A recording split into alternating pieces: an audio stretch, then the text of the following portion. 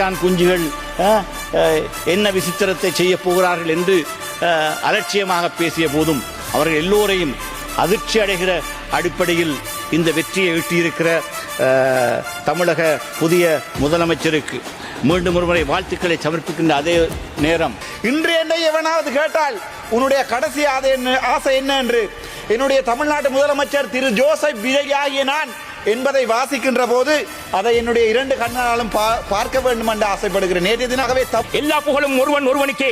நீ நதி போல ஓடிக்கொண்டிரு. உன்னை உள்ளத்தில் ஊர் வைக்குமே தமிழ்நாடு மக்களே. உன்னை உள்ளத்தில் வைத்து இன்று தமிழ்நாட்டில் இளைய தளபதி விஜய் அவர்களை ஒரு சீஃப் மினிஸ்டராக தனது தளபதியாக அவர்கள் நியமித்திருக்கின்றார்கள். என்னுடைய கேள்விக்கு போகும் முதல் இலங்கை தமிழரசு கட்சி தமிழ் மக்களுடைய இலங்கையில் உள்ள பிரதான கட்சி என்ற அடிப்படையிலே வரலாற்று சாதனை படைத்த தமிழக வெற்றி கழகத்துடைய தலைவர் தளபதி விஜய் அவர்களுக்கு என்னுடைய வாழ்த்துக்களை முதலாவது இந்த பாராளுமன்றத்தை நான் தெரிவித்துக் கொள்கின்றேன். இந்த